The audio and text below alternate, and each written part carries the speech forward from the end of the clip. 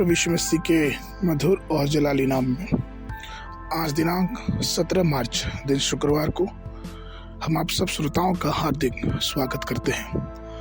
आज के दिन के लिए जो वचन है वो लिया गया है पहला कुरिन्थियों की पत्री उसका 15 अध्याय 26 पद। वचन कहता है, सबसे अंतिम बैरी जो नाश किया जाएगा वह मृत्यु है। प्रियो, शैतान की सेना में अशुद्ध आत्माएं और दुष्ट आत्मा की आत्माएं शामिल हैं।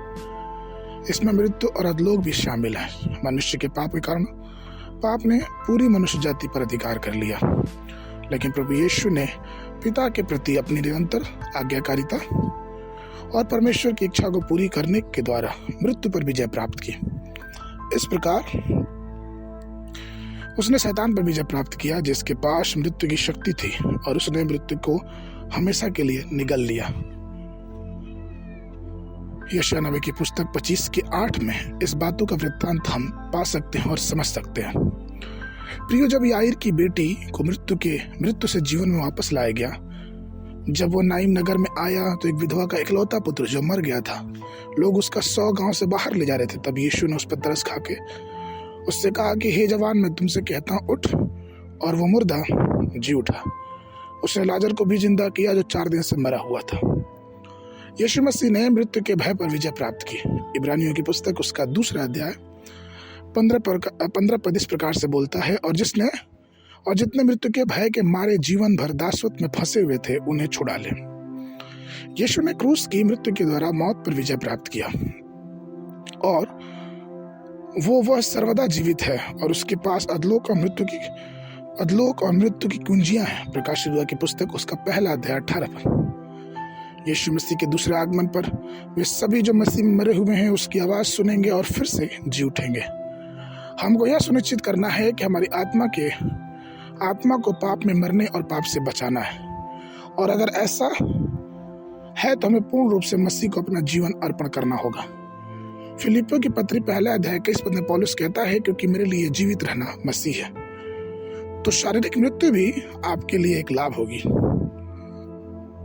उन सभी रास्तों और साधनों को पूरी तरह से बंद कर दे और अपने जीवन को सुरक्षित रखे जिससे हमारे और आपके जीवन में पाप प्रवेश कर सकता है। केवल पाप के द्वारा ही लोग अपनी आत्मा के लिए मृत्यु का द्वार खोलते हैं। यह यहेजकेल की पुस्तक उसका 18 अध्याय 20 पद इस प्रकार से कहता है, जो प्राणी पाप करेगा वही मरेगा। रोमियो की पुस्तक 8 अध्याय 6 पद कहता है, क्योंकि शरीर पर मन लगाना तो मृत्यु है। इसलिए पवित्र आत्मा की शक्ति के द्वारा ऐसे सांसारिक मन पर विजय प्राप्त करना हमारे लिए बहुत ही जरूरी है। प्रियो, हानोक और एलिया पुराने नियम के प्रभु के सेवक परमेश्वर के साथ साथ चले, और जब वे जीवित ही थे तब उन्हें उठा लिया गया। उसी तरह इन अंतिम दिनों में हमको प्रभु से प्रेम करना चाहिए, उनका हाथ थामे रखना चाहिए और उसके साथ चलना चाहिए। तब परमेश्वर की उपस्थिति हमारे साथ रहेगी।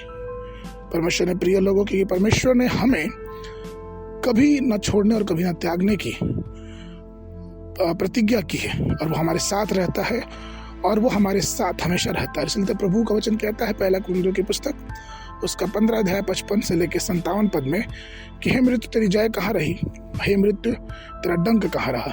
मृत्यु का डंक पाप है और पाप का बल व्यवस्था है, परंतु परमेश्वर का धन्यवाद हो जो हमारे प्रभु यीशु मसीह के द्वारा हमें जयवंत करता है। इसलिए आइए उस मसीह को थामे रखें जिसने मृत्यु पर हमें विजय पाने का अधिकार दिया है, और संसार में विजय पाते हुए अनंत जीवन के भागी हों। आज के मनन के लिए पहला कुरिन्थियों की पत्री उसका 15 अध्याय 51 पद। देख, मैं तुझसे भेद की बात कहता हूँ कि सब तो नहीं सोएंगे परंतु सब बदल जाएगा। बाइबल अध्ययन के लिए सुबह के समय व्यवस्था विवरण की पुस्तक उसका 30 और 31 अध्याय, संध्या के समय मरकुस रचित सुसमाचार उसका 15 अध्याय 1 पद से लेकर 25 पद तक। परमेश्वर आप सबको आशीष देवे।